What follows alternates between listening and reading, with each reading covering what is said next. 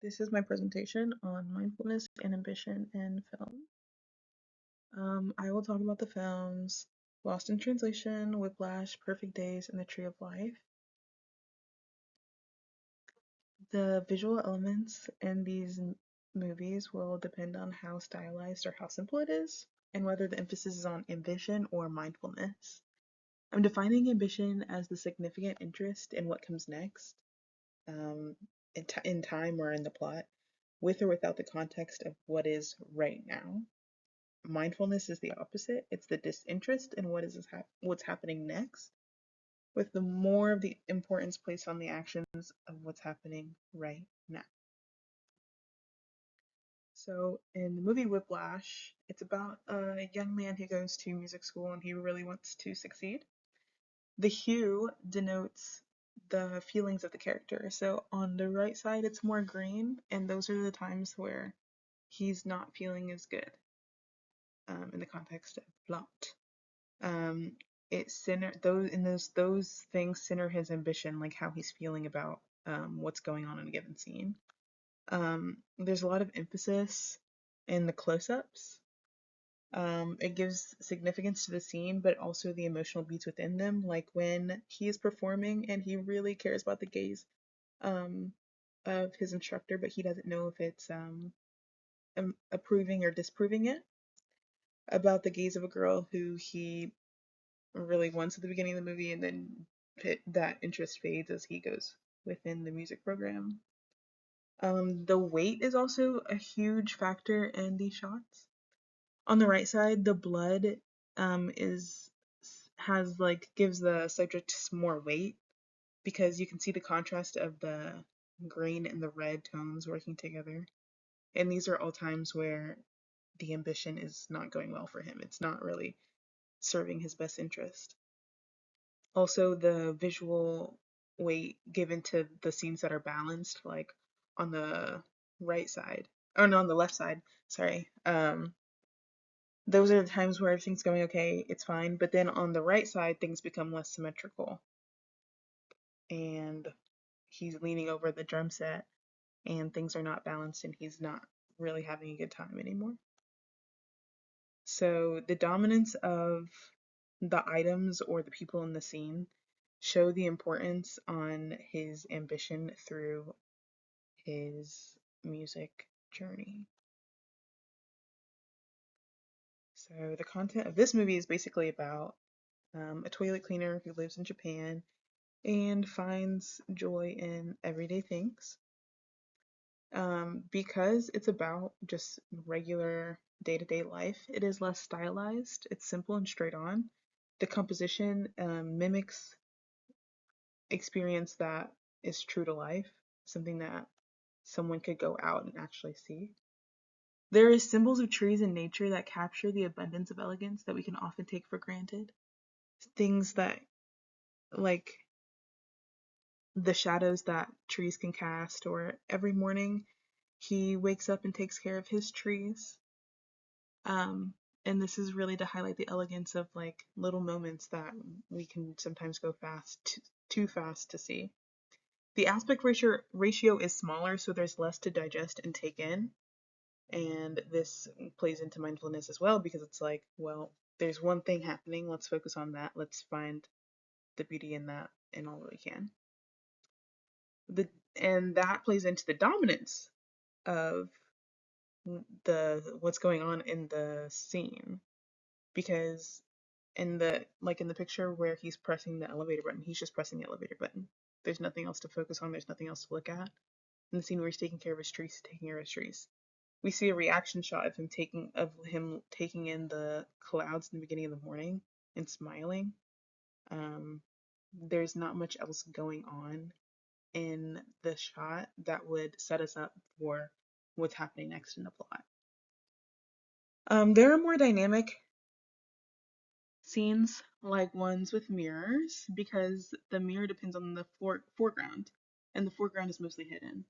The mirror can help make the shot more interesting by showing us what we wouldn't be able to see because the camera is zoomed in or close up, like he is in the mirror shaving or changing the trash bag at a toilet. The contrast of the subject to the environment represents attention and focus, like when he's squatting in his room reading, or when he's shaving, or when he's looking up at the clouds. You can see that he's the mainly lit subject in the composition. So you can really see how the filmmaker wants you to pay attention to small things, pay attention to one thing, and appreciate the beauty of just like small little things happening all the time. In The Tree of Life, it's a movie about the special awareness that you can sometimes find in childhood and parenthood. It is very stylized. The cinematography is very unique to the director and the director of photography. So there is an interesting use of perspective. Because there's an interesting use of perspective, they really play up scale, like how the baby is taking the whole shot, but in the shot of the man on the escalator, he's big, yes. The perspective is different, but you can also see how big the building is that he's in. The tree also does this. It's like almost as if a child is looking up at the tree and is about to climb it. All of the combined visuals ask us to consider the transformation of the environment, memories, and ourselves as time progresses. We don't see these things the same way as we do when we were a child, and that can come across in the differences between the older shots and the ones that are about when the kids were young. Each shot, to accurately impart the gesture of the subjects, has to be carefully composed. This way, the gestures and the context are recorded to support the emotional narrative, like someone laying down to watch the guitar playing, or the son looking at the dad play the piano, and the specific emotion that he's portraying on his face had to be carefully composed. Lastly, contour was used to highlight the elegance of the tree, piano, and shadows.